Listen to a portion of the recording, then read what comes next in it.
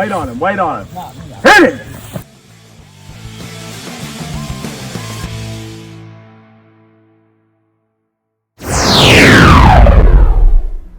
All right, Rocket football fans, welcome to the Gaige Courtney Coaches Show, and we have some guests today. Other than head coach Gaige Courtney, we have assistant football coach and athletic director Bryan Qualls, and our very own Andy Hunt, who is a team historian, statistician extraordinaire, and he's going to talk about some big things that could happen this year and some big things that's happened in Rocket football history. We want to start off with Coach Courtney and just visit for a little bit. First off, about how things are going this week. We won last week at Webster County, first win of the year, 14-7. And if you read the article online and heard the podcast early in the week, still some long faces. Wasn't real proud maybe of the way things went. How are things being ironed out this week? And I know we had some injuries, so first of all, get us up to date on those guys. Deacon Hallman goes for MRI tomorrow or on Thursday, so we're just kind of waiting on him. Austin Witt will go on Friday to get a report. So those are the two that happened last week. So we're still waiting. Really, no news. That definitely neither one of them will be playing this week. We got Bennett Mcdaniel, who's been out for a couple weeks. He is cleared to play. We'll just have to see how he's progressing. I'd say he's questionable right now, just to see how he feels. At times he felt pretty good this week, and at times he didn't. So we just kind of see what's causing that, see if it's best to hold him out maybe a little longer till he's 100% or see if he's ready. We're just kind of day by day on him. Mm-hmm. So those are the three big ones and where we're at with them. One questionable and two probably out. Mm-hmm. Well, we have this week, Madisonville will come to Marion for Friday Night Football, 7 p.m. kickoff. Now, Madisonville is 1-1 on the season. They lost to Union County, and then last week just beat the tar out of Caldwell County. It was kind of close early, I think. Yeah. What'd you see on the film in that football game, Coach? Madisonville is probably about what you would expect. They're athletic in the skill positions, and they're big up front. They're physical. They play hard. I feel like they're really well coached up front. They got a dynamic quarterback who really puts a new wrinkle in their offense. I believe he's converted to running back. At least even on the KHSA website, he's still listed as a running back. So I know they had a quarterback injury that took their quarterback out for the year. I don't know exactly when, but coming in the season. And he's just super dynamic. He had over 200 yards rushing against Union County. They're competitive in that game, and I think everybody in Western Kentucky pretty much knows how good Union County is. Mm-hmm. And that game's really pretty close in a lot of ways. And then Caldwell, like you said, Caldwell did play very well early, and their athletes just kind of ran away with that game. But overall, Madisonville's a good football team everywhere. You know, you got those athletes on the outside and big physical guys on the inside. Kind of like we talked about Murray before. It makes for a good team, and they're extremely solid everywhere. Well, I know they kind of busted us in the mouth last year with a running game, rushed for 300 and some odd yards. I can remember one kid was right at 200, I think, and another one somewhere over. Maybe over 200. Yeah, I don't know. It's 300-something total yards. I know it was a long night for the defense. And now they're both gone. McAdoo's not gone. McAdoo broke his leg. I noticed he wasn't playing. Yes, I say that. I don't know the exact injury, but it happened in spring ball. He will be back this season. He could be back this week. I'm not really sure, but he hasn't played yet. And the other kid last year, I think, was a coach's son. Yeah, I believe he's at EKU, but I could be wrong on that too. But yeah, he is gone, the coach's son.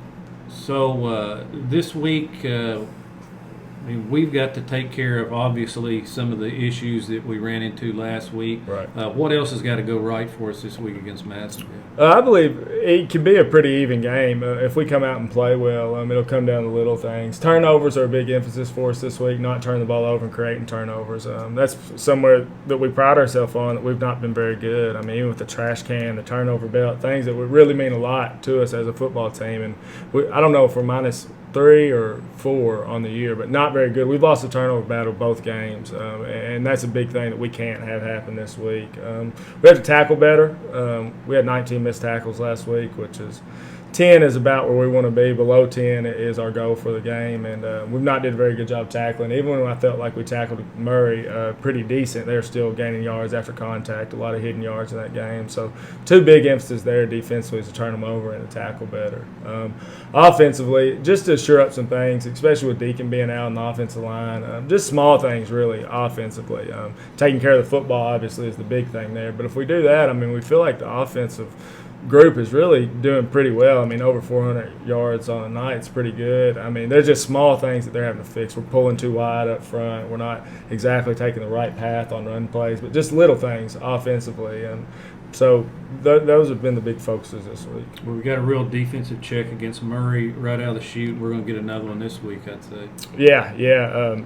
Extremely balanced offense. Probably their best play is when they call a pass and just kind of let that quarterback run around. He can run around and make plays with his legs, but he also does a good job keeping his eyes downfield. And he's not a huge kid, but he's got a big arm. He can run right, run left, and then throw it 50 or 60 yards in the air downfield and really make some plays extended. And he leads them in rushing, too. Yeah, that's what I'm saying. Their best play is starting a pass play and then just let them see what happens. To me, and that's tough to coach against. You just gotta hope that we're in the right spots and play our technique and able to play in some space with them.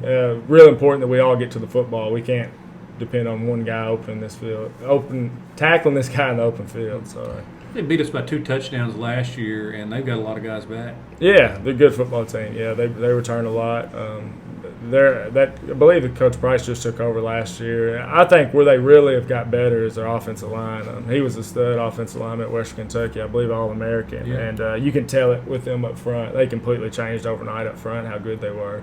They already had big boys, but their technique and the way they do things is solid. They don't run a whole lot of plays at you. Very simple, really, in the run plays that they run at you. But, man, their technique is just really good up front. Mm-hmm. We'll take a few moments here and recognize some of our sponsors. Whitetail Properties, of course, Mark Williams, local agent. He can find your middle of nowhere, anywhere you want to find it in Southern Illinois, Western Kentucky. Mark Williams, Whitetail Properties. And they also have a side business now where they're doing a lot more over there if you want to have your food plots put in now and things like that, and equip programs and all sorts of stuff. So Whitetail Properties, our corporate sponsor. Also partnered with C-Plant Federal Credit Union, financial cooperative with offices on Main Street in Marion. Colonel Ag, that's the Colonel boys, Corey and Blake, Crittenden County graduates. This time of year, it's they're busy, but they'll give you a call back, I promise you. I've had to call them at a moment's notice on my tractor. Farmers Bank and Trust with 10 locations, Andy Hunt. You have to keep up with all those things. You bet. Andy, of course, Vice President over at Farmers Bank, and we appreciate all that Farmers Bank has done for this community for over 100 years. First United Bank, down at just a little farther down the street. Charlie Day's down there. He's a great golfer, too. And Par 4 Plastics. You can look for their products on Toyota vehicles and at Walmart with the laundry baskets and gun stocks. They make all kinds of things out of Par 4 Plastics. We appreciate their partnership as well. Coach Qualls, I'm going to put you on the spot right off the bat, okay, on an AD question, because people ask me all the time about the electronic payment system. Last year we used a different program. Now we've gone to GoFan, right? No, we haven't transitioned to GoFan yet. No. Okay, so we're still on TicketLeap. We still use TicketLeap, yes, sir. Everybody asks, is it here to stay? Digital ticketing is here to stay, yes. We're going to see a point across the state to where the KHSAA, I believe, is going to start trickling down from the state level to the regional level to the district level with the use of GoFan. If you go to any state level competitions right now, you're going to buy tickets through GoFan. So everything is going digital.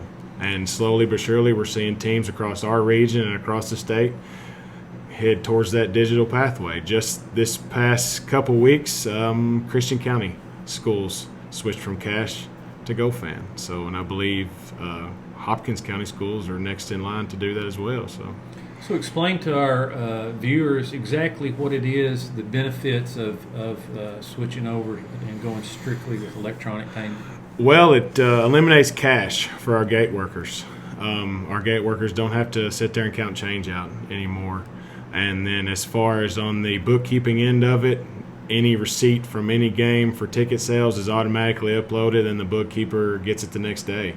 The bookkeeper doesn't no longer have to go to Farmers Bank and ask for the money bag in the morning and double check to make sure that the gate workers counted the cash right from the next night. So there's that. And then, as from an administrative perspective, you don't have to worry about getting the cash safely to the bank that night.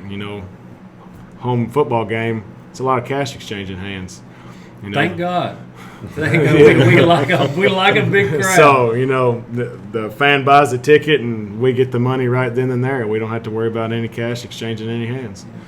Yeah. So what should people do? I have this actually witnessed it myself, and then I've had people ask, somebody that isn't electronically savvy or maybe has forgotten, and they get to the game and don't have a phone. What do they do then? What do you do? We're working on right now a system to where you can actually purchase tickets at the gate using a card reader. I actually got the idea from Webster County. Webster County uses it right now. You have an iPad with a card reader. So we're working on getting that into play. We're going to purchase the card reader and pair it with an iPad and try to, just test it out to see if it actually works, to help those people that forget to buy their ticket ahead of time, and make it more convenient for the fans. Well, that's good information. I have so many people asking about that. Also, want to take an opportunity here while we have just a moment and recognize some of our partners.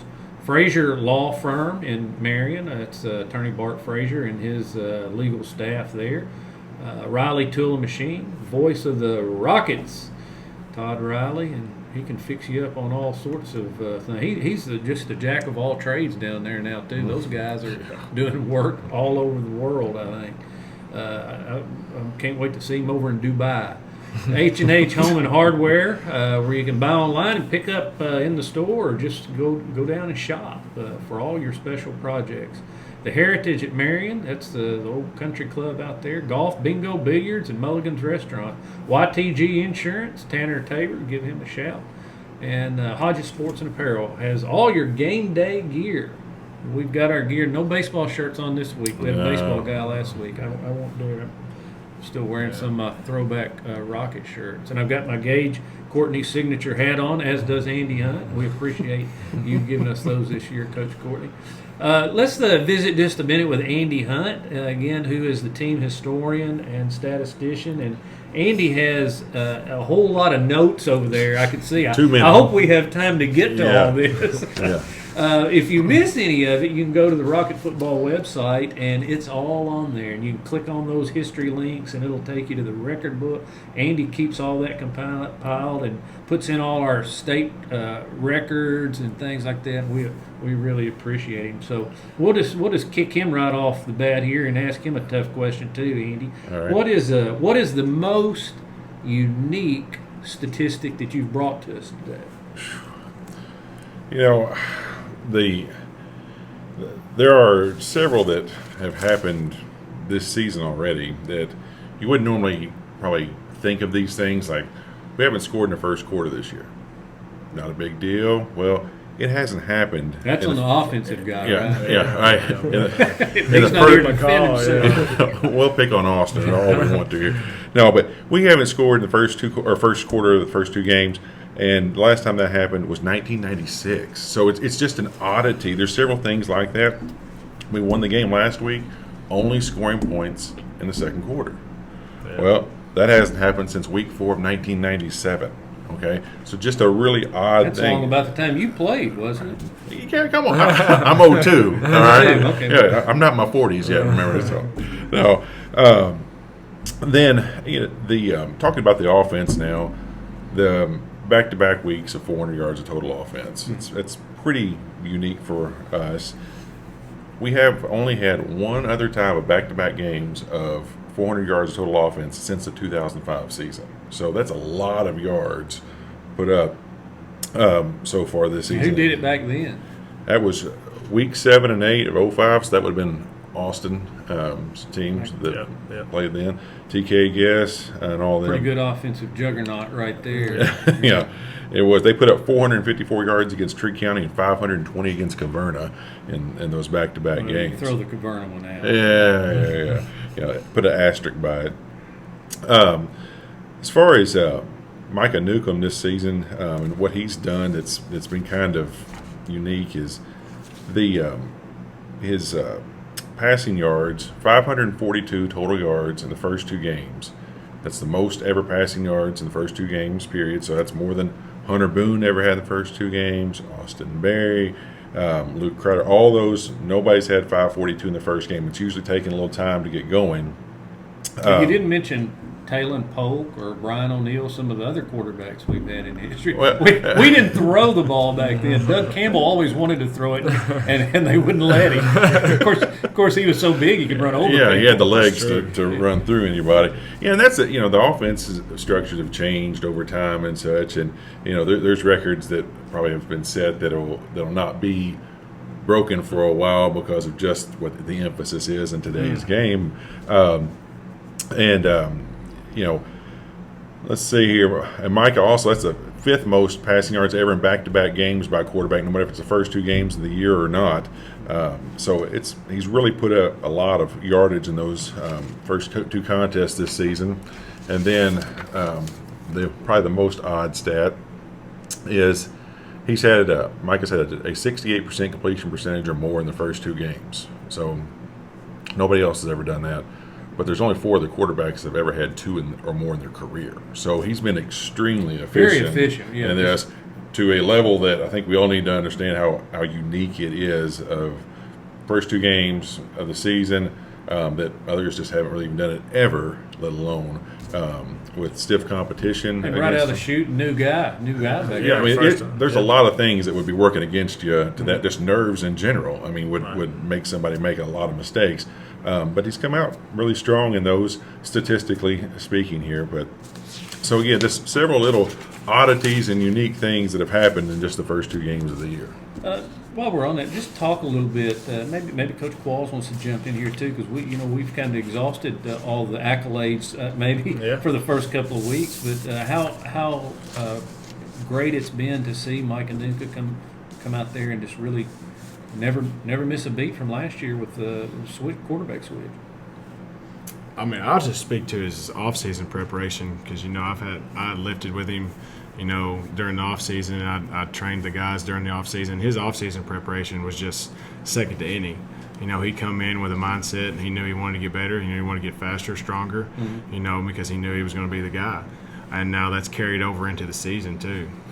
He's not a big guy, but now he's bench pressing 230, 240. No, he's bench pressing closer to 260, 265. Okay, so he's jumped way up. And that's pretty good. I mean, how big is he? 5'10"? He's probably 5'10", 175, 180-ish probably. So 100 pounds over his weight. Close to that 100-pound over his weight mark for a guy his size. That's strong. Yeah. Yes. Yeah. Coach Courtney, you got anything on Mike? Yeah, I could spend the whole show talking. I really could. I mean, we've known that he's been ready, and I've said that a million times. But Coach Qualls brings up a good point, how hard he works in the offseason, how much bigger, stronger. I mean, he might not be big and, tall, but he's swelled up. He can take a lot of hits. He can deliver a lot of hits.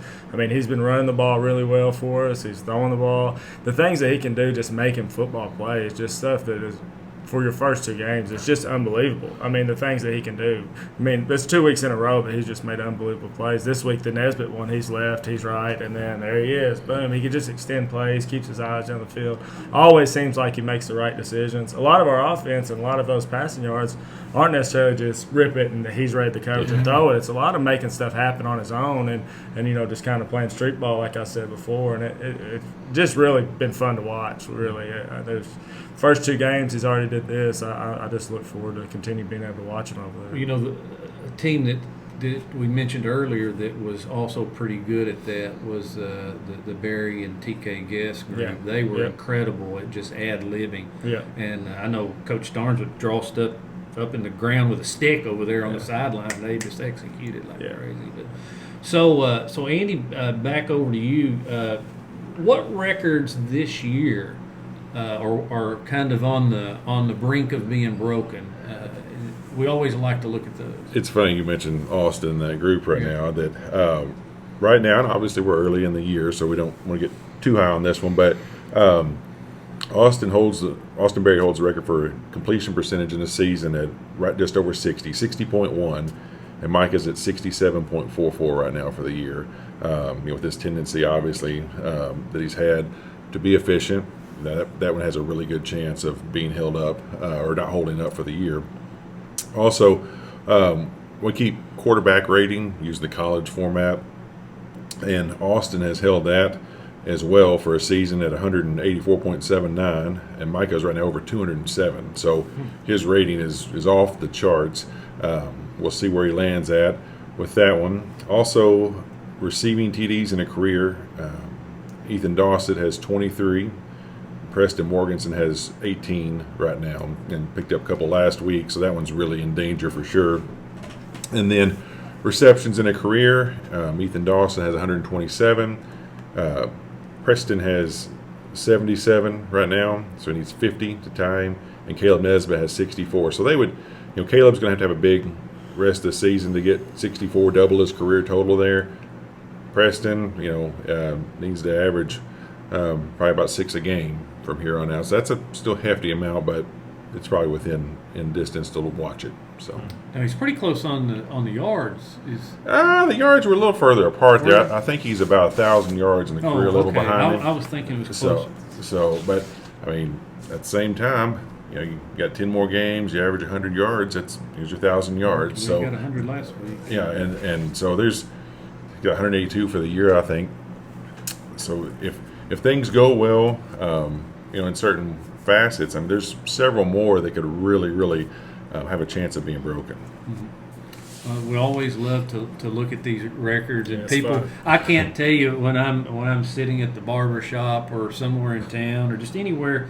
Anytime you're around some of these old guys who football alumni, they say, "Gosh, I spend hours in bed at night scrolling on my phone, looking at all those stats," and they just love it. And we're just fortunate to have somebody that puts this stuff together. Yes, we are. and keeps it and has it there for consumption like that. And we do appreciate what Andy does, and we also appreciate all of our partners in allowing us to have the Rocket Football website and to put on this show and the podcast and all the other things we do for the football program is courtesy of these partners that we have. And I'm going to give you a few more names here while we have an opportunity. Johnson's Furniture and Appliance. You can shop local for all your appliance and furniture needs right here next to U-Alls, right?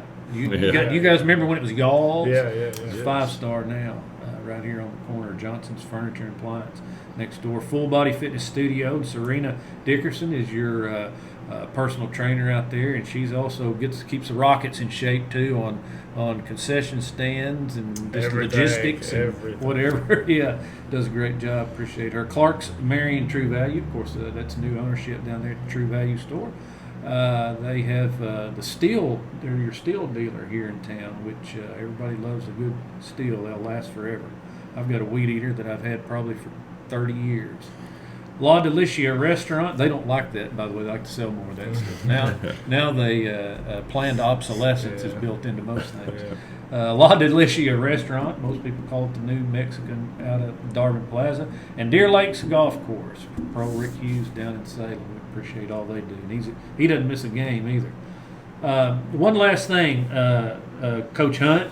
If you had to pick one, you mentioned a while ago something to the effect that some of these records may never be broken or may not be broken for a long time, but rushing maybe being one because we don't run the ball like we do. Even when we run the ball, it's a shovel pass and the backfield, which you have to really keep your eye on, and most of the PA people don't know. Right. That's a run, hand off to so-and-so. Yeah. And then they look at the stats, after the game, they say, where do all these passes come from? Right. Well, when they pitch it forward right there, it's only about that far, but it's a pass. So that's where that happens. So what record do you think may never be broken? Babe Ruth's record was broken a couple of times. There have been several over the years that I've thought about that there was a scoring record with Dennis Ma. I think he had 269 points. That's been broken 3 times now, and I think it's 378 maybe. So, I'm not really good at probably picking all of these, but one of the oldest ones we have in the entire book is rushing yards a game, and that's Jimmy Hopper, 343 yards against Sturgis. 5 rushing touchdowns and an interception return in that game. That's probably got to be the one that sticks out right now. There's a few other ones that are kind of unique items. 84 career passing touchdowns by Hunter Boone, 9 field goals in a career by Micah Holloman. Just who has even the opportunity to kick 9, let alone make 9. So yeah, definitely Jimmy Hopper's 343. I think is one that will stand the test of time for a while. And we might have a running back that gets, this year maybe 5-6 carries is tops. The quarterback gets more carries than anybody because he's flushed out sometime. But, I remember back in the day, too, when David Beverly would carry the ball 40 times, 35, 40 times in football. And we've had, Devin Nesbitt's carried a lot of carries. Xander. So we've had some big season totals here, but just the game in itself, to take such a unique situation to be able to put up that many yards, with running clocks and stuff now. That's got to be back to the 70 to 74 type of game where it's got to be so competitive for a long period of time with successful running. That would just take a very unique set of circumstances to allow somebody to get up to that. Even at a team level, it's kind of unique these days. So maybe Gatton Travis can get him one this week. Yeah, Poppers look good too. I hope somebody gets it. Records are made to be broken. And so I like to see them fall and such, and be able to track these things for fun here. So. How do you like this offense, Coach Courtney? You're kind of an old school football guy. We kind of, of course, you like this wide open. Did y'all play that when you were at K-State? We did. So we're more. We'd go to the eye. We'd go to the spread. Just multiple set. If I could choose, we would line up in running formation, power eye, and run it right down your throat because it's for sure, right? If you got it, there's just not very many factors that go into that. You know what I mean? If you can block them and you can handle them, then it's just a for sure offense. With this comes a lot of variables, a lot of different looks. There's only so many things you can do when you have 11 guys in the box and just run right at you. There's not a whole lot you can do. It's just, who's the bigger man at that point. But with that being said, I love what we do offensively. It's fun. It's fun. People like to watch it. And it fits us. Yeah. We're not built to do that at all. Coach Berry does a great job doing what we're good at. We got a really good quarterback. We got a lot of good receivers. Some that haven't even touched the ball this year. They're really good. That's the truth. What we do right now fits us best. And it's fun. I like it. And, it's the funnest offense for sure. Coach Qualls, did y'all run the wing T when you were in – or were you out of it by the end? No, my freshman and sophomore year we were still wing T, and then junior and senior we kind of made the switch. We determined that a gentleman named Sean Thompson could run the ball a little bit at quarterback, so we made that switch, and then of course Austin came on the spot after that. So. Of course, you and Sean are good buddies. Tell us a little bit about what you're talking. I'm sure you're having some conversations with him. He's started off strong, and this week he's got Mr. Mayfield coming to Paducah-Tillman. Or is it at? It's at Mayfield. Is it at Mayfield? It's at a War Memorial Stadium down there. So what are you getting out of Coach Thompson? During the season, you don't get much. Yeah. You just he's tweeting all the time. He is tweeting all the time. He likes to, get his guys out there and make a brand for his guys. But during the season you don't get much. We do talk. I ask him a question every now and then. And, I keep up with Paducah-Tillman football. Sean Thompson will be a Rocket for life. Yeah. So regardless if he's wearing a PT on his hat, he'll still be a Rocket for life. So still wearing blue, isn't he? He is. Yeah. Who you making a call on this week? Mayfield-Tillman. Put you on the spot here. No, that's all. Come on. I can't do that. It's going to be a good game. It's going to be a good game. I wish why don't we play Thursday like some of the because we don't have officials. I was hoping. Yeah. This week, no, we didn't want to do that. We have 4 home games, and we did not want to push one to Thursday. I would like to be able to go down and watch that. So, it would be a good game. Yeah, definitely the best game around this week. It'll be a fun game to watch. And maybe speak to that. I know Webster County's playing Thursday night this week. It's officiating issue. Coach Qualls might have more. He ended up in the AD meeting on that, and he might need to tell the details of it. But, Webster County plays Todd County this week on Thursday. Trigg, Murray and Trigg play on Thursday. There's a few. There's a few more Thursday. You can talk about how that it's lack of officiating. It just comes down to lack of officials, is what it is, and it's a crisis all throughout the state, and it's actually worse in the western part than it is in the eastern part of the state. It's just lack of officials. One, the officials are getting older, and we're not getting as many new recruits in, and it just comes down to, honestly, their big reason why they're getting out of it or they don't want to do it is the way that they're talked to. I know he don't talk to. No, you really try. No, I make a big emphasis on this stuff. As far as Crittenden County sports and Crittenden County coaches, we're good. We treat the officials with respect. I'll say that's absolutely. I'll speak to every single coach that we have, but it's the way that they're talked to, not just from coaches and players, but from fans as well. Mm-hmm. That's their biggest complaint. And we ask the official assigners and the officials every single year as the Second Region AD Association, what we can work on and what needs to be improved and everything. And their biggest thing every year is just, the verbal abuse that they take. And you're starting to see it now as far as games being canceled due to lack of officials. And it's not just football. It's soccer, it's volleyball. Everything is either getting canceled or moved due to lack of officials. And baseball and softball is the same way. At the end of the day, it hurts our kids. So we got to – that's why I'm a huge emphasis. Obviously, we want to respect everybody if they're officials. But it's going to hurt our kids. We're seeing it. They're talking about canceling games during spring sports because they can't get them. I guarantee it.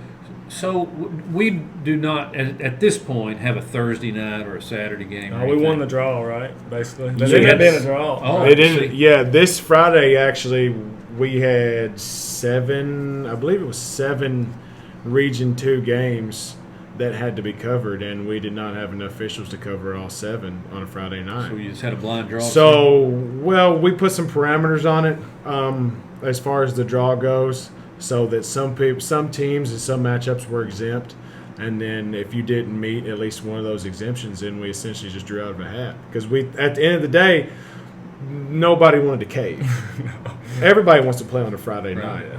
So nobody wanted to cave and, voluntarily move to a Thursday or a Saturday. So the fairest thing is to just put it to a draw. So I know when I was at school at Murray State, they played on Thursday night a good bit because the students were all still on campus. Yeah. You wait till the weekend on Saturday, a lot of them have gone home and stuff. At least at Murray State, it's kind of a door, what do they call it, suitcase campus or something like that.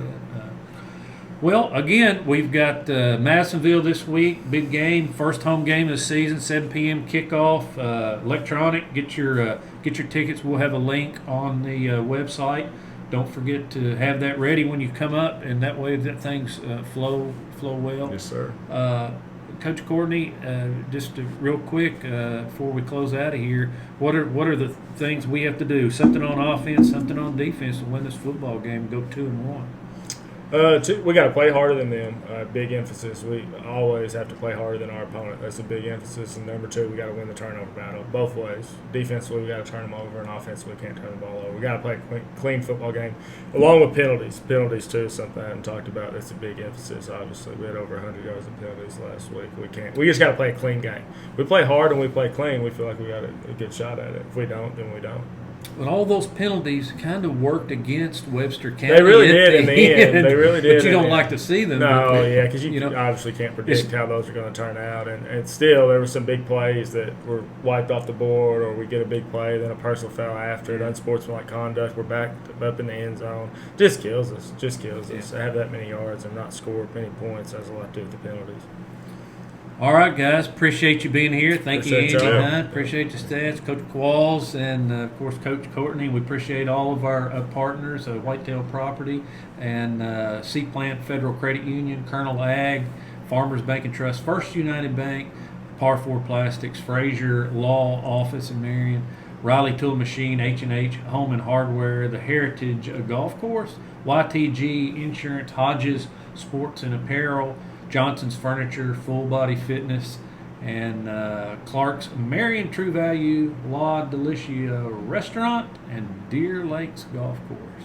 Guys, we'll see you out at Rocket Stadium, and I believe this week is the tailgate party for the Lady Rocket Yes, basketball. yes. So, Get your pork chops. yeah, Yes. pork Yeah. chop sandwiches come out. They're going to be cooking out at outside there for a tailgate party. Come out early and enjoy some of the smoke rolling off the pit and some fellowship around Rocket football. We'll see you 7 o'clock Friday night at Rocket Stadium.